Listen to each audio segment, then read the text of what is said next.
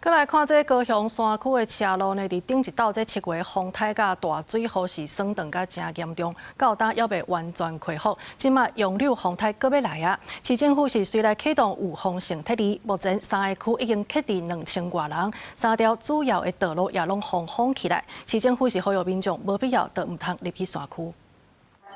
桃园区是土石流黄色警戒，所以请你们务必及早撤离疫情。你办公室放送提醒大家，风台来啊，要紧撤离，包括桃园、木林、南马社，对12下晡开始，公司就派人去通知民众要撤离到收容所。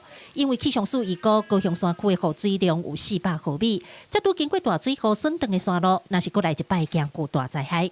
市府下令隆重撤离2069人，检查物资的准备量，当时包括台20线、台27架线、甲台29线，拢已经封路管制。10处的高风险路段。那针对道路缺口有风险的部分，我们也做了区隔，还有交通维持。我们预计在今天会将10处的高风险路段做一个预警性的封闭。没有必要千万不要往山区跑。那我也带几个管制的路口，如果民众不听取劝阻，那我们会直接开罚。风台对南部影响大，高雄13停班停课，百货公司宣布休困，早起市区风雨无介大，民众也把握风台入的进程来加强防灾准备。有点加提锁啊，甲大头北岸固定好，冒出动吊车先将广告篷布收起来。海巡人员也是加巡视，避免民众发生危险。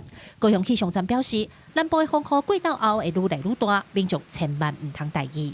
平地会有豪雨的等级的降雨，那在山区的话，不排除会有大豪雨以上的降雨。市府强调，无论山区也是平地，拢有风雨，尤其山区现在土州的降水量拢经过头啊，若是大雨过来，随时拢有可能会搁崩。